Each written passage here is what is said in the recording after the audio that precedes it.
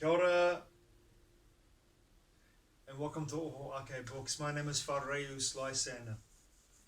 In 2008, when my friend at the time, who I'd given about almost $2,000 New Zealand to do 2 book covers for me,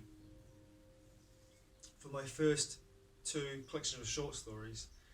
The 3rd book cover would come at a later date, but I wanted him first of all to be able to draw up the sketches. This man was a very talented artist and a very old friend of mine. To do these two sketches for The Light Guides the Way by Pablo Wairoa and The Darkness Holds Sway by Lord Buford Somerset. At this time, my life had been a synchronistic flow of events in regards to my decision to start writing books and also begin a publishing company.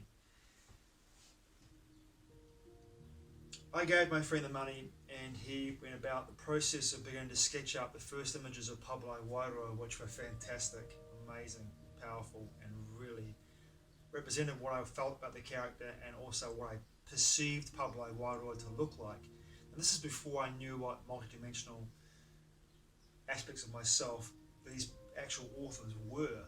But I was looking at Pablo Wairoa and saying, this is what this cat looks like. I've seen him. I know what he looks like. I know what his body, what clothes he wears, how he keeps his hair, how he keeps his facial hair, everything about him. I knew all about him. So the sketch that my friend drew was off the charts. Little did I know my friend had a drug problem. And that drug problem meant that he took my money and basically spent it on the drug problem that he had with a friend of his, and the two of them blew my entire money that I paid him to do the sketches for me, and it was gone. I never saw it ever again. Now, I was devastated by this experience. It meant that my project had been halted and my publishing company had taken a huge setback financially. My partner at the time, Brooke, came forward to me and said, listen, my friend Jade works at the Wanganui Design School. She has a class that does illustrations. It'd be a really good idea for me to have a talk to her first and ask her if we can get maybe one of her students to do some illustrations for you. Bless Brooke's golden heart, because this opened up the door for me to bring Amber into my life, who's worked with me for 13 years and made the most astounding and beautiful and powerful covers for me, for all my books. And she will continue to be my illustrator if I continue to write books at a later date. The cover illustrations are amazing, absolutely fantastic, what she's done for me in 13 years. But the story goes, I went to Whanganui with Brooke one weekend to see Jade, had a chat with Jade, and she said, yeah, I've got a class of 3rd year design students, and we can ask these design students to do your covers for you. And I said, that would be amazing, absolutely incredible.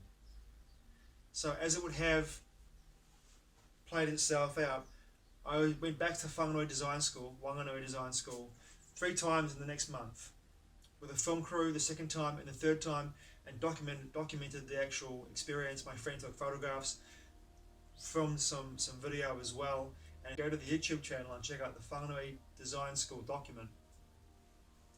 The video clip, you will see what Craig, my friend Boofer, who did the music and compiled and edited the images of all their book covers. I wanted to give these students the ability to free their creative powers and their creative nuances and their creative desires and designs, rather than me taming them and tampering them and forcing them to funnel out something that looked very generic.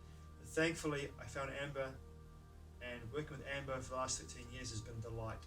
She's always surprised me. She's always taken what I have asked her to create and gone a step further and taken it to another whole new level with every cover that she's created for me.